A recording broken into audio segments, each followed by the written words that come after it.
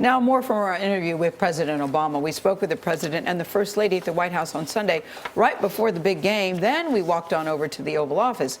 These are the president's final months, as you know, on the job, and he's more reflective, they say, about opening up, about how the role changed him, and what stresses him out when it comes to the future. I'm curious about how the presidency has changed you as a president and how you've changed as a man in the time that you've been in the office. My basic character is unchanged, and Michelle and close friends of mine who've known me for years would say he's the same guy. There's obviously some hard-won wisdom from overcoming challenges, figuring out really hard problems.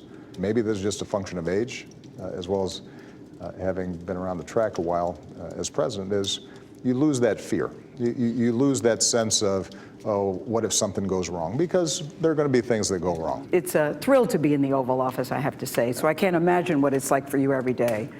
And you've had a lot of memorable people in here, I won't name the list.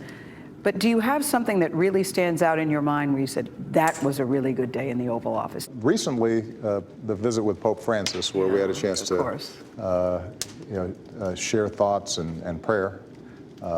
He's somebody who is the real deal. I think he deeply cares about people, about the most vulnerable. You know, one of my favorites is that there's a picture of a little black boy rubbing your hair, that's one. And the other one with little Ella, I think it's Ella Rhodes. Yeah. You're lifting her up. I love the shots with the kids in the Oval Office with you. I love getting on the ground with babies in the Oval Office. Yeah. And they're unrestrained, so they'll run around. They'll take out all the apples out of the bowl and set them in various places and then put them back, and they're out of control. Some of them don't know you're the president, which is always nice. Not very many people can say that. Exactly. Well, here we are in campaign 2016. Lots of people want your job. Yeah.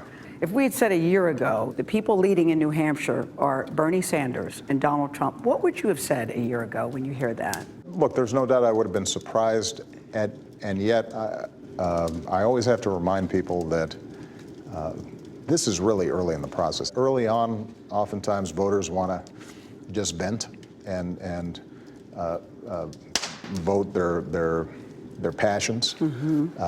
As the process goes on and they see how people react, I think they recognize that this is a pretty serious job, and you got to make sure that the person who's in the job is somebody who has the judgment to lead the country and not just to mouth slogans. You know, when you came in the office, I'll never forget the video of thousands of people sitting there cheering you on, really all around the world, and the message was hope and change. There were a lot of expectations for you, voters had, both black and white. Do you think you've met those expectations that people had for you all those years ago? When you're in the middle of it, it's sometimes hard to get perspective.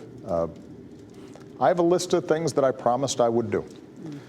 I check that list every so often to see how we're doing. I've done a lot of them, and I've made progress on almost all of them.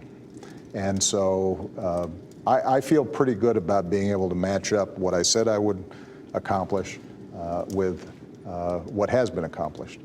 I mentioned in the State of the Union that one of the things I regret, though, is that I haven't been able to drain some of the rancor that exists here in Washington. My hope is that as I am not on the ballot again, that I can contribute to getting people to step back for a moment and say, you know, we're on the same team here. Every day I hear that you put something in your pocket that was given to you. Do you have anything in the pocket? Well, I always have.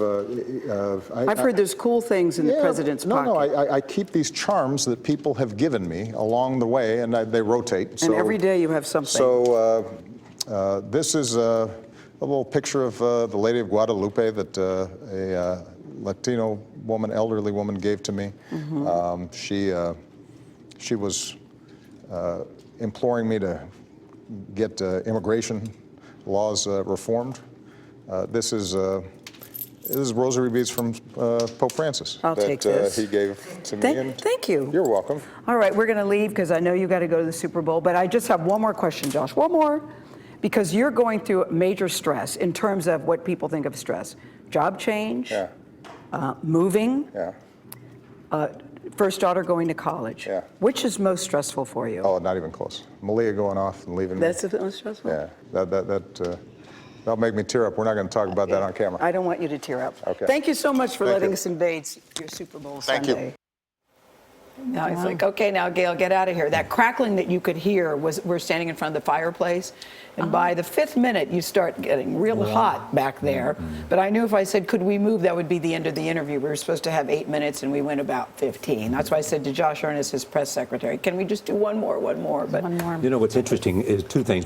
Most of all, one is the list. I'd love to see the list. Yes. Yeah. And secondly, he said, I hope to contribute after he leaves. I'd love to know how he hopes to contribute and what he expects his life to be. Yeah. Well, they definitely have some ideas. They're just not sharing them at this particular time, but they have some ideas on that. No, and it was a good question about those mementos that he carries in his pockets, because he's met some really interesting, inspiring people along the way in the campaign, and it tells you how what happens in the Oval Office, where you Yes. meet all those interesting people and world leaders, affects some of the most ordinary Americans every day. One day he had Bruce Springsteen's guitar pick.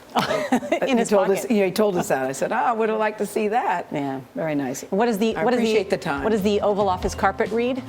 I know what it reads. Yeah, the arc of history bends towards justice. I Yeah, know what it's it an MLK reads. quote. Yeah. And All right. there's a bust of MLK right there, too. Yeah, But no, we didn't have exactly. time to get Yeah. into that.